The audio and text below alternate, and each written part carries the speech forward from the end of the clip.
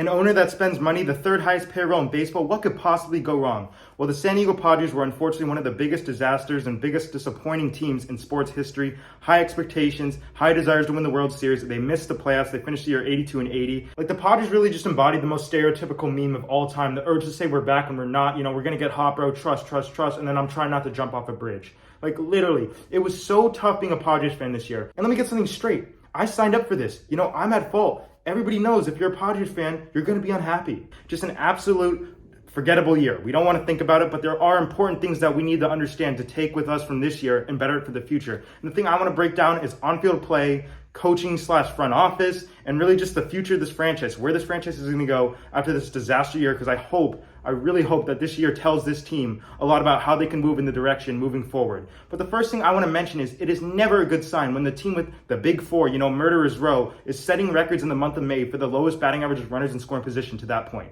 That is definitely not a good sign. And the thing is, this team just never got hot all year long. I know we can talk about the end of the season when they actually played well for once. That's great and all, because it actually shows that this team as a group can play good baseball, but it was too late. Like, if you can imagine that the Padres just got hot a week earlier. Imagine if they just got hot way earlier in the season and then stayed and played good baseball. It's just there was never a point in the year when it seemed like they would actually turn the page, because then we'd think, we're about to get hot, and then nothing. And I think the players had a similar mindset. There was no sense of urgency, I feel like. I think they thought too, we're going to get hot. We're such a great team. We can't play this bad for long. And it just really carried out throughout the whole season. I think this team came into the season with the mindset they're going to trample anybody who comes even close to them. And then when things didn't go right, they just gave up. Juan Soto really talked about how he's frustrated. He said, it seems like this clubhouse just gives up when we're losing. And you want to know what the craziest stat ever to me, guys, is? In the beginning of August, when we beat the Dodgers and came back, we were trailing in the seventh inning, and we had a 5-run seventh or eighth inning. That was the first time the Padres had a come from behind win after trailing in the fifth inning all season long. Let that sink in.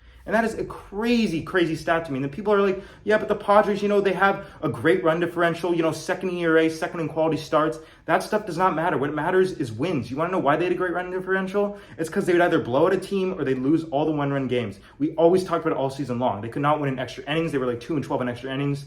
And then one-run games, it was just a complete no-no. And that's the big difference from last year. It honestly became so predictable, it was laughable. Just go to Vegas, bet that the Padres would score one run after the game. They scored a bunch, and then boom, bunch of money. Last year's Padres team, when I'm saying last year, I mean 2022, that team would win all the close games. They were one of the best in baseball. This team would just never fight. They would never win any of the close games. There was never consistent offense, and there was never a time when this team got consistently hot. And I think the players carried that mindset that, it was going to get better. The players carried that mindset that they think that, they're going to catch fire. And it just never happened, and they were relaxed about it, and there was no sense of urgency within the clubhouse. The thing I also worry about is that there's a clear and cut leader. You think of 2022, Manny Machado put the team on his back. It seemed like he was the leader. It seems like it was his team. This year, I'm hearing all these reports that the players are afraid to approach him. And here's the thing, guys. The media obviously blows a lot of things out of proportion. The media takes information and runs with it. I don't know. But just knowing the type of person Manny is, I would not be surprised if that's the case, especially since he's been dealing with this elbow thing and he really just did not have a good year. The bottom line is something had to go on in the clubhouse chemistry-wise for this team not to do anything, not to have a run,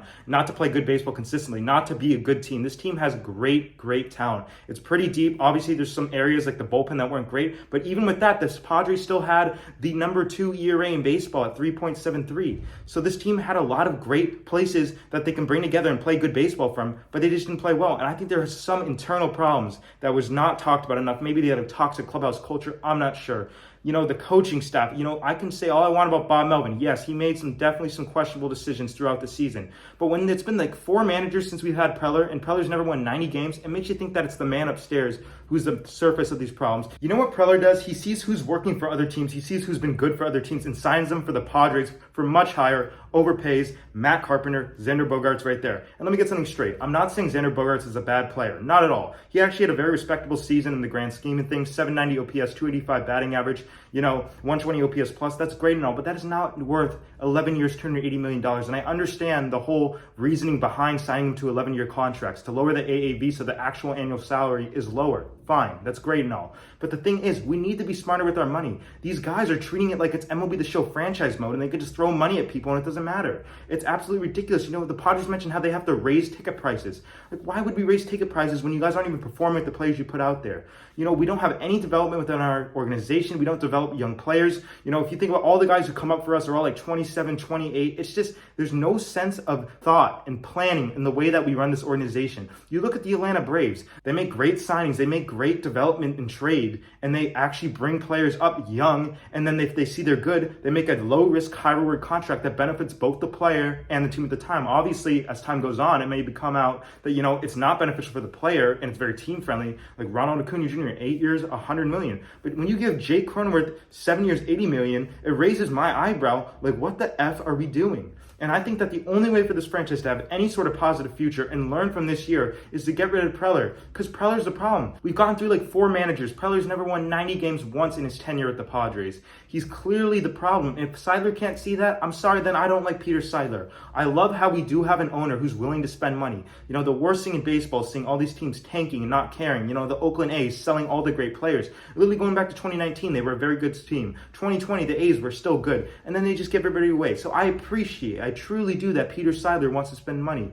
But you're giving it to an absolute idiot and putting in your money in the hands of an idiot, and look how that works out. We are screwed with some of these long-term contracts, and we're talking about having to shed payroll. Then how are we supposed to extend Juan Soto? I understand that reports say that Soto does like San Diego, but you know, I don't understand how we're supposed to have any smart spending of our money. We have to find other ways to have outs to get rid of these players. It's just so messed up the way Preller set up this organization. So I'm very worried about the future of this organization. Coaching wise, I don't know if Bob Melvin's the problem. I know he made some very questionable decisions. I've said it earlier in this video and I'll say it again. But the thing is, if we've had all these managers under AJ Preller and none of them's worked, it makes you think, who's the real problem? It's not the coach. And yes, I think Bob Melvin is probably the best option we have right now. I do like Mike Shildt, former Cardinals manager, very good. You know, he's in our organization right now. But if you guys think about it long term, this team is absolutely screwed. All the money we have tied up. It's like I said about the New York Mets. Yes, their payroll is higher, their annual payroll. But our long-term commitments are way longer year-wise and money-wise. And that begs the question, where is this franchise going to go? We're already in a bad situation. The best thing we can do right now for this team is to get rid of AJ Preller. You know, fine. If you want to make a coaching staff change, whatever. You know, if we do have to change managers, I would prefer Mike Shildt. But let me tell you guys this. Skip Schumacher was offered the job as the Padres coach, and he declined it because he didn't want to freaking be around this. He knows the way this organization's run. He knows it's the man upstairs calling all the shots. And when it's the guy who's controlling the puppet, who wants to be in that? Bob Melvin had no other choice. He wanted an out of Oakland. Nobody wants to be in Oakland. So he comes to San Diego. Yes, very nice, respectable first year. We make the playoffs, make it to the NLCS. Great and all. We fall short. But then this year, when we get even better, when we literally built on the team, look what happens. What was that trade deadline also? You know, I understand, fine, if we're not going to sell, okay, but then why do we grab Rich Hill and G-Man Choi? Like, what are we doing? There's a difference between not selling and trying to, you know, assist your team a little bit without going for a major buy and giving up huge pieces and really rolling the dice. And there's also grabbing Rich Hill and G-Man Choi. And I understand G-Man Choi's had a solid career, but Rich Hill is 97 years old. Like, what are we doing? That was a ridiculous trade deadline. I told you guys we should have traded Hader. He's gone. I just think this whole team was just kind of turned upside down a whole year with the mindset that, you know, we're going to get hot when it just never happened. And that was one of the biggest problems. The players and the fans share that mindset. And when they did get hot, it was unfortunately too late. So I think one of the biggest problems with this team over the year was just not being able to hit, the mindset that lacked urgency, giving up games, and then maybe some internal clubhouse problems. I'm not sure, but I want to know what you guys think. I also want to mention, guys, I have not been uploading because I'm in college now. I'm in Italy studying abroad. I'm going to Northeastern University. This is my first semester, and I'm through a program where I study abroad, and then I will go to Boston, where Northeastern is,